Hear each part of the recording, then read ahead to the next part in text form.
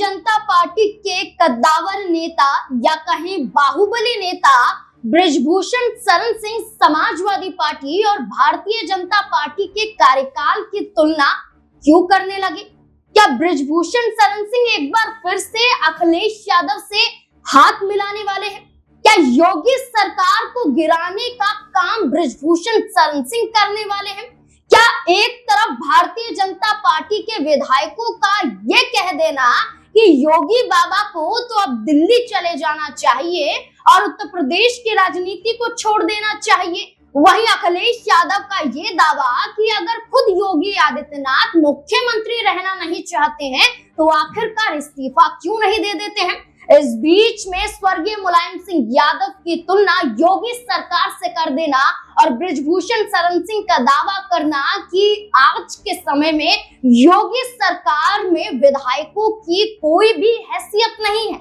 आज अपने काम को करवाने के लिए ही डीएम के आगे गिड़गिड़ाना पड़ता है। आज फोन मिलाते रह जाइए लेकिन आपकी कोई सुध नहीं ली जाएगी। क्या योगी राज में विधायकों का हाल बद से बदतर हो चुका है? और क्या समाजवादी पार्टी के कार्यकाल की तुलना करना बेहतर बताना बृजभूषण शरण सिंह का ये कदम ये दर्शाता है कि वो क्या समाजवादी पार्टी के साथ फिर जुड़ने वाले हैं? इससे जुड़े हुए कई और तमाम सवाल यहाँ पर खड़े हो जाते हैं, क्योंकि एक तरफ बीजेपी विधायक योगी आदित्यनाथ को पसंद नहीं कर रहे हैं, दूसरी तरफ बृजभूषण शरण सिंह का सपा को समर्थन कर देना क्या दर्शाता है? मेरे साथ मेरे वरिष्ठ सहयोगी अमन सर जुड़ चुके हैं। सर, आपका बहुत बहुत स्वागत है हमारे शो में।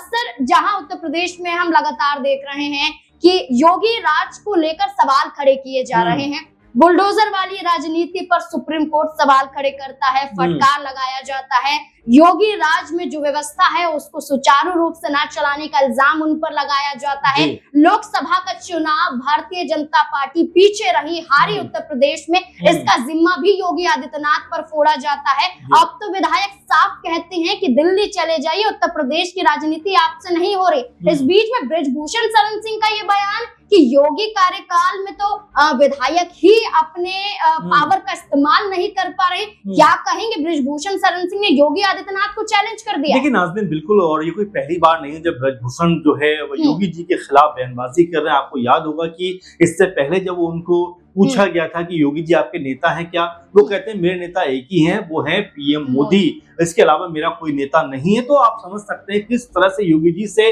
उनका जो अंडरस्टैंडिंग है, जो तालमेल है, वो बहुत बेहतर नहीं है। और यहाँ तक कि दोनों की राजनीति भी लगभग सेम एरा की रही है। तो ऐसे में अब ऐसा लगता है कि बृजभूषण कहीं ना कहीं योगी के सीएम बनने को लेकर भी असहज थे। शुरुआत से कोई बहुत ज्यादा उत्साह का माहौल उनके अंदर नहीं था।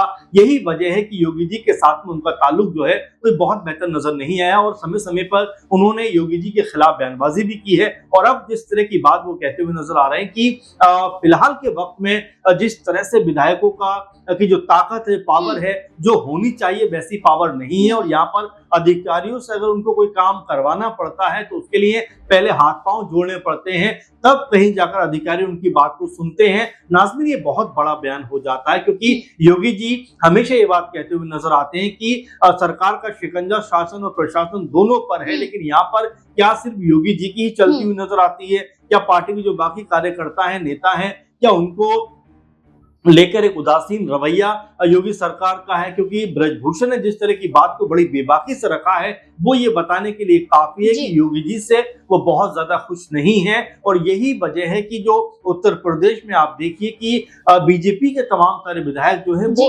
सीएम योगी को अब मुख्यमंत्री के तौर पर बर्दाश्त नहीं कर पा रहे हैं। कई विधायक तो यहाँ तक कहते हुए नजर आते हैं कि भाई केशव प्रसाद मौर्य को आप मुख्यमंत्री बनाइए उत्तर प्रदेश का और योगी जी को दिल्ली भेज दीजिए।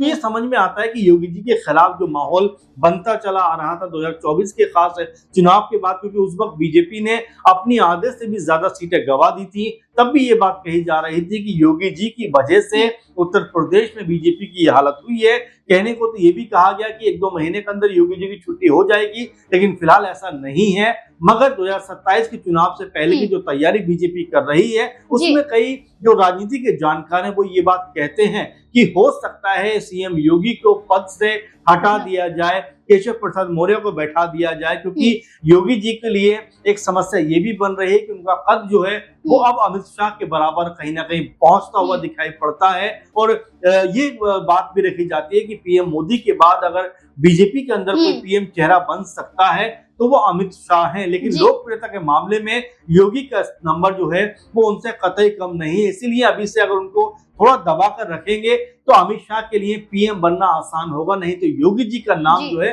वो पीएम पद के लिए जा सकता है। सर, आपने यहाँ पर कहा कि योगी आदित्यनाथ के बाद केशव प्रसाद मौर्य कहीं ना कहीं मुख्यमंत्री रेस में दिखाई देते हैं, लेकिन एक वक्त पर या कहें कि इससे पहले भी योगी आदित्यनाथ के साथ साथ बृजभूषण शरण सिंह भी मुख्यमंत्री रेस में रहे हैं। और इस तरह से बृजभूषण शरण सिंह का अपनी ही सरकार पर हमला करना, बुलडोजर वाली राजनीति पर भी बृजभूषण शरण सिंह ने सवाल खड़े किए थे, योगी कार्यकाल को लेकर कई सवाल खड़े किए।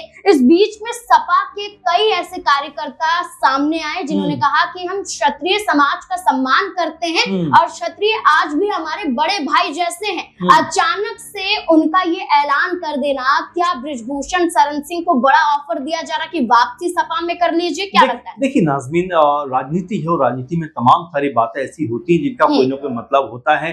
कोई अगर बयान भी दिया जाता है तो जाहिर बात है उसके पीछे कोई ना कोई एक बड़ा उद्देश्य मकसद होता है। और यहाँ पर जिस तरह बृजभूषण ने बातों को रखा है सामने कि भाई सपा की सरकारों में भी मेरा काम आसानी से हो जाया करता था, ये दर्शाता है कि यहाँ सपा के मन में उनके लिए आज भी कोई ना कोई जगह खाली है।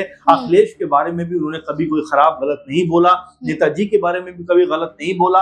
और इसी बात को लेकर कहा जाता है कि क्या बृजभूषण अब बीजेपी से कहीं ना कहीं उनका मन उकता रहा है बीजेपी में, क्योंकि आपने जो बात कही वो जाहिर बात है कि एक समय बृजभूषण का नाम भी जो सीएम पद की रेस में काफी ज्यादा आगे था, लेकिन अंतिम मोहर जो है वो योगी जी के नाम पर लग गई। उसके बाद में आपने देखा कि जब जब योगी जी के बारे में बात होती है, बृजभूषण से हमेशा उनके खिलाफ बयानबाजी करते हुए बृजभूषण नजर आते हैं, यानी कि बहुत कंफर्टेबल नहीं है योगी जी के साथ में। और जब उनसे कहा गया कि भाई क्या योगी जी आपके नेता नहीं है, उन्होंने कहा नहीं, बिल्कुल योगी जी मेरे नेता नहीं है, बल्कि मेरे साथ उन्होंने काम किया है, मेरे नेता सिर्फ जो है नरेंद्र मोदी हैं। तो कुल मिलाकर देखा जा सकता है कि यहाँ बृजभूषण ने जिस तरह की बातों को कहा है, हो सकता है कि आने वाले दिनों में सपा की तरफ उनका रुख जाता हुआ दिखाई पड़ जाए, क्योंकि 2027 का चुनाव है। तो ऐसे में आपने देखा भी कि जिस समय जब 2024 का चुनाव हो रहा था, बृजभूषण का टिकट बीजेपी ने काट दिया और संदेश दिया कि जो आरोप उनके ऊपर लगे हुए उसको देखते हुए हम उनको टिकट नहीं देंगे। लेकिन अब देखिए राजनीति कहीं ना कहीं एक अलग दिशा में जाती हुई नजर आ रही है। सपा की तारीफ करने का मतलब है कि क्या बृजभूषण भी अब यहाँ बीजेपी का दामन छोड़कर सपा की जो साइकिल उस पर सवार होना चाहते हैं। अगर ऐसा होता है तो पूर्वांचल में कई सीटें ऐसी हैं जहां पर बृजभूषण का एक मजबूत दबदबा माना जाता है, बीजेपी को वहां पर नुकसान होता हुआ दिखाई पड़ेगा। जी सर, बहुत बहुत शुक्रिया आपका हमारे इस खास शो में, जहां हमने बारीकी से समझा कि उत्तर प्रदेश की राजनीति में जहां 2027 में विधानसभा चुनाव होना है, इससे पहले ही बड़े बड़े दावे सीएम पद को लेकर किए जा रहे हैं, जहां योगी आदित्यनाथ नहीं बल्कि उनकी जगह कभी केशव प्रसाद मौर्य का नाम आता है तो कभी बृजभूषण शरण सिंह खुद ही योगी सरकार को ललकारते हुए नजर आते हैं। ऐसे में बड़े सवाल फिर खड़े हो जाते हैं कि क्या बृजभूषण शरण सिंह को अखिलेश यादव का श्रेय मिल रहा है? क्या अखिलेश यादव का साथ पाकर बृजभूषण शरण सिंह योगी आदित्यनाथ को मुख्यमंत्री कुर्सी से हटाना चाहते हैं? इस सवाल के जवाब में आपकी भी क्या राय हो सकती है? अपनी राय कमेंट बॉक्स में जरूर दें और बाकी और तमाम खबरों को देखने के लिए देखते रहें स्पेयर 9 न्यूज़। धन्यवाद।